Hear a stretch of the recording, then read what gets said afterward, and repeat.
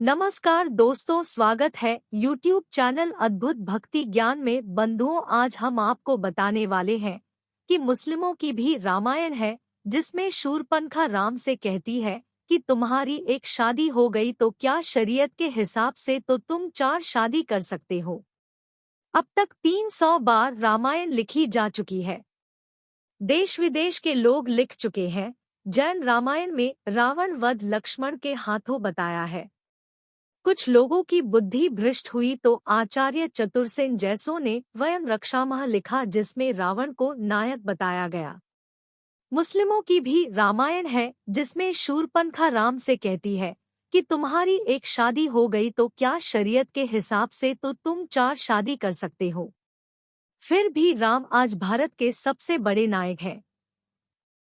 किसी किताब में अर्धविराम पूर्ण विराम बदलने से श्री राम को फर्क नहीं पड़ता।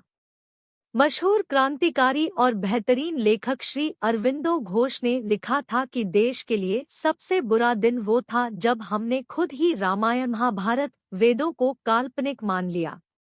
विवेकानंद ने भी यही कहा कि भारतीयों की बड़ी गलती इतिहास को लिखित रूप में नहीं लिखने की रही।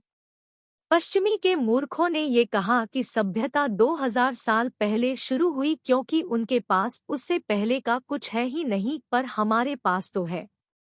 राम आज से 5000 साल पहले हुए थे।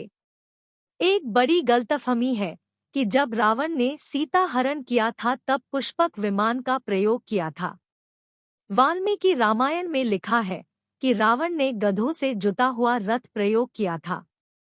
पुष्पक विमान होता तो साफ साफ लिखते। मुझे लगता है कि रावण सीता को लेकर लंका तक रथ और जहाज चलाकर गया होगा।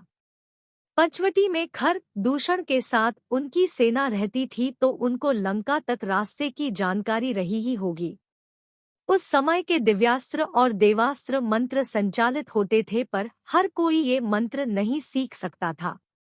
जैसे बिना 12वीं पास किए आप स्नातक नहीं हो सकते, वैसे ही बिना बेसिक जानकारी के ये हथियार नहीं चला सकते थे। जैसे सुग्रीव बहुत बलशाली था पर उसने कभी धनुष बाण पकड़े ही नहीं थे तो उसको कोई भी अस्त्र नहीं मिल सकता था। महाभारत के युद्ध में अर्जुन और अश्वत्थामा दोनों ने ब्रह्मास्त्र चलाए। जब वापस लेने की बारी आई तो अर्जुन ले लिया, पर अश्वत्थामा ने कहा कि मुझमें इतना योग बल नहीं है।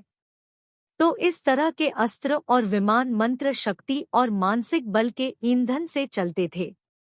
रावण ने कुबेर से पुष्पक विमान तो छीन लिया, पर उसके पास ईंधन नहीं था तो इस्तेमाल नहीं कर पाया। सीता हरण में तो उसको तेजी से भागने की जरूरत थी। अगर इतनी इमरजेंसी में भी पुष्पक विमान नहीं लाया तो मान सकते हैं कि वो इसका इस्तेमाल नहीं ही कर सकता था। पर प्रभु श्री राम के पास ईंधन था तो वो लंका से अयोध्या इसी से आए। 14 वर्ष का वनवास था तो एक दिन पहले भी अयोध्या आने का प्रश्न ही नहीं था। कोरा पर एक आर्यसमाजी रामायण महाभारत की मजाक उड़ाते पाए जाते हैं। हर बरसात में भारत के कई शहरों में आर्य समाज के लोग वृष्टि यज्ञ करते हैं। क्या एक यज्ञ करने से बारिश हो सकती है? ये यज्ञ जुलाई से अक्टूबर के बीच ही क्यों होते हैं? क्या इस यज्ञ से मार्च के महीने में बिन मौसम बरसात हो सकती है? क्या ये अंधविश्वास नहीं है? जय श्री राम, जय श्री राम।